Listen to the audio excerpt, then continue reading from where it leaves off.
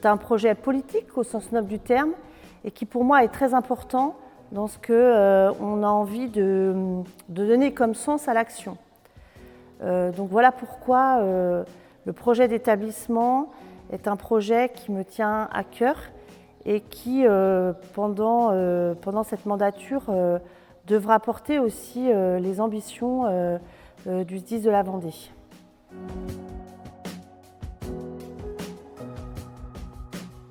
L'engagement, la richesse humaine ou les richesses humaines et puis la solidarité.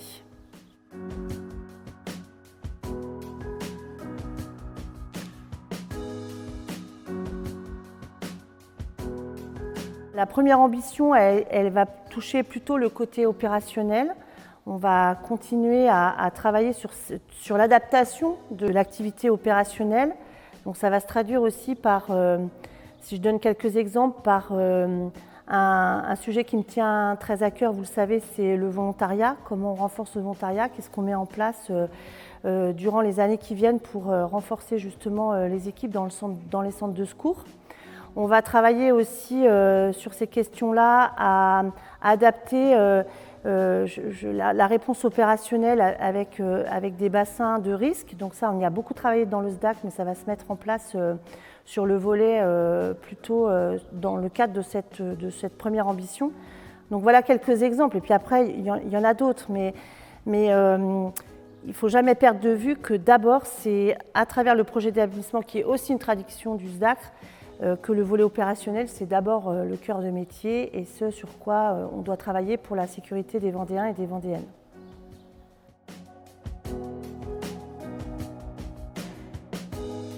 Pour moi, placer les femmes et les hommes au cœur de l'action, c'est essentiel.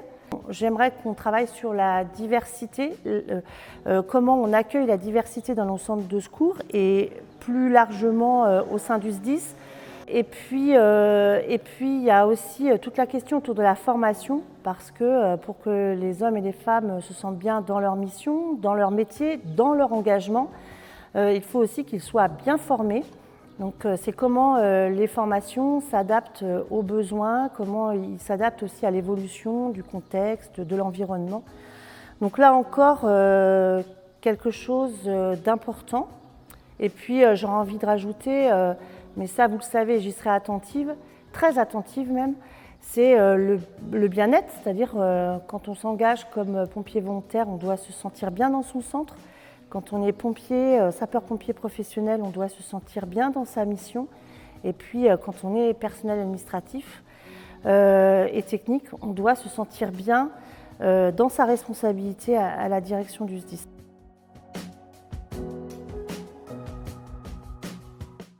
On doit toujours se projeter, être en prospective, en perspective même. Et donc là, c'est une ambition qui, quand on dit prépare son avenir, c'est au niveau de toutes les centres de secours, donc sur le volet un peu plus immobilier, comment on continue notre plan d'investissement, aussi bien sur des constructions que sur des rénovations, parce que c'est aussi les lieux où s'exerce l'engagement et la profession. Donc c'est important qu'on puisse adapter nos centres de secours aussi à l'évolution de notre environnement. Sur ce volet-là, on a aussi tout ce qui concerne la dématérialisation, tout ce qui concerne aussi les moyens d'information. On se doit d'être un SDIS innovant. Toujours, j'ai envie de dire, à la pointe des nouvelles technologies pour permettre justement d'être encore plus près dans le secours à la personne, sur les incendies. On doit être innovant sur ces questions-là et même encore plus moderne. Voilà. Et puis évidemment, je n'ai pas parlé du parc de véhicules, mais c'est comment aussi on renouvelle, comment on met aussi des outils à disposition de nos sapeurs-pompiers qui soient encore plus performants. Donc voilà, ce sera l'objet de l'ambition numéro 3.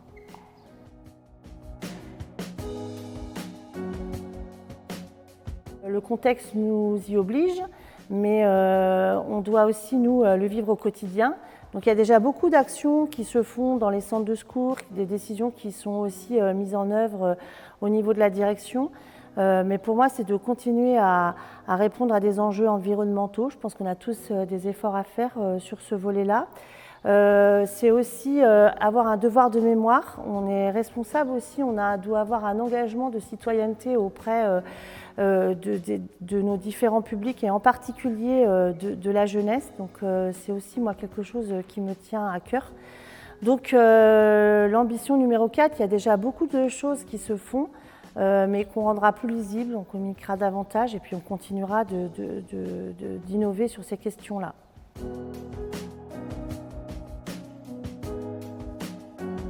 Donc on a fait le tour de toutes les ambitions. Donc je le redis, on donne du sens, on donne un cap. Il y a une feuille de route qui va être évidemment que je vais donner à l'ensemble de l'équipe de direction, qui va forcément impacter le quotidien des uns et des autres, chacun dans sa responsabilité, chacun dans sa mission. Et puis je souhaite qu'il y ait des évaluations qui soient faites 2 fois par an avec l'équipe qui travaille autour et qui est garant de ce projet d'établissement.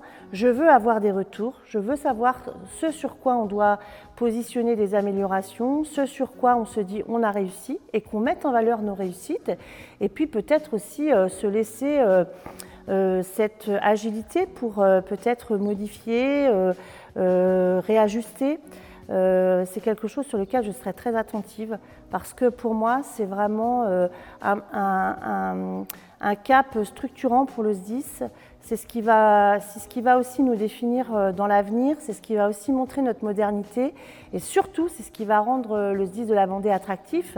Et tout ça, il faut que les citoyens le voient, il faut que nos partenaires le voient. C'est dans notre responsabilité. Donc, mais je n'ai aucun doute sur les équipes et ça va être un très beau projet d'établissement.